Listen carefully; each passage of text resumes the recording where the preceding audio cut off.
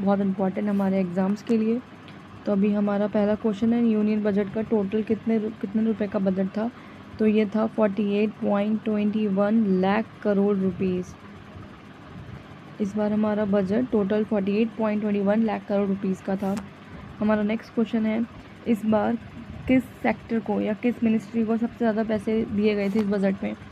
तो पहला है डिफेंस सेक्टर, सबसे ज़्यादा पैसे दिए गए हैं इस बार 4.54 समथिंग कुछ करोड़ रुपीज़।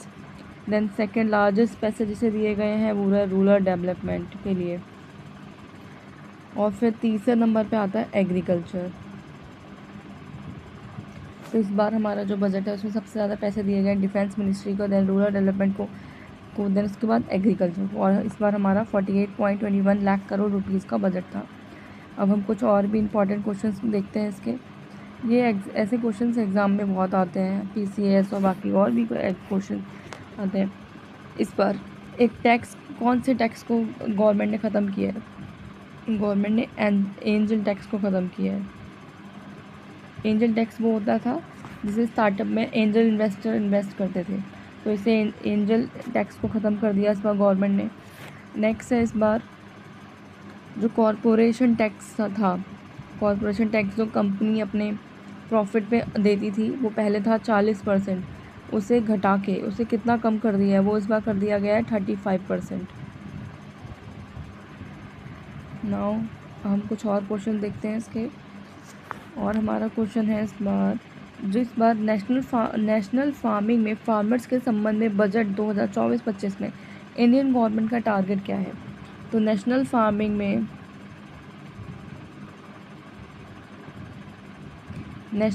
में इस बार गवर्नमेंट का टारगेट है 1 करोड़ किसानों को जोड़ना, ताकि वो नेचुरल फार्मिंग कर सके। नेचुरल फार्मिंग, ठीक है, नेशनल नेचुरल फार्मिंग। तो नेचुरल फार्मिंग में इस बार टारगेट है कि 1 करोड़ किसान जो है नेचुरल फार्मिंग से जुड़े। हमारा कुछ और भी इम्पोर्टेंट क्वेश्चन है। इस बार 2 नए टेम्पल कॉरिडोर बनाने की बात की है गवर्नमेंट ने। वो नए 2 टेम्पल कॉरिडोर कहाँ बनेंगे। एक बनेगा विष्णुपद टेम्पल में, और दूसरा बनेगा इस बार महाबोधि टेम्पल में। महाबोधि टेम्पल का कॉरिडोर बनेगा। तो इस बार 2 टेम्पल कॉरिडोर बनेंगे, विष्णुपद और दूसरा महाबोधि। आइए कुछ और भी इम्पोर्टेंट क्वेश्चंस कर लेते हैं इसके। तो इस बार एजुकेशन सेक्टर में कितना रुपए का बजट दिया गया है। तो गवर्नमेंट ने इस बार एजुकेशन सेक्टर में 1.25 लाख करोड़ रुपीज़ दिए हैं। एंड हेल्थ सेक्टर में गवर्नमेंट ने कितना दिया है, ये जितना लास्ट टाइम था उसी के आसपास दिया गया है। तो हेल्थ सेक्टर में 89,287 करोड़ दिए गए हैं। आप लोग इन क्वेश्चंस को नोट कर लीजिए, क्योंकि ऐसे MCQ में आराम से पूछ सकते हैं। और हम और भी कुछ इंपॉर्टेंट क्वेश्चन देखते हैं, जैसे कि नॉर्थ ईस्ट रीजन में गवर्नमेंट ने कितने इंडिया पोस्ट पेमेंट बैंक बनाएगी गवर्नमेंट।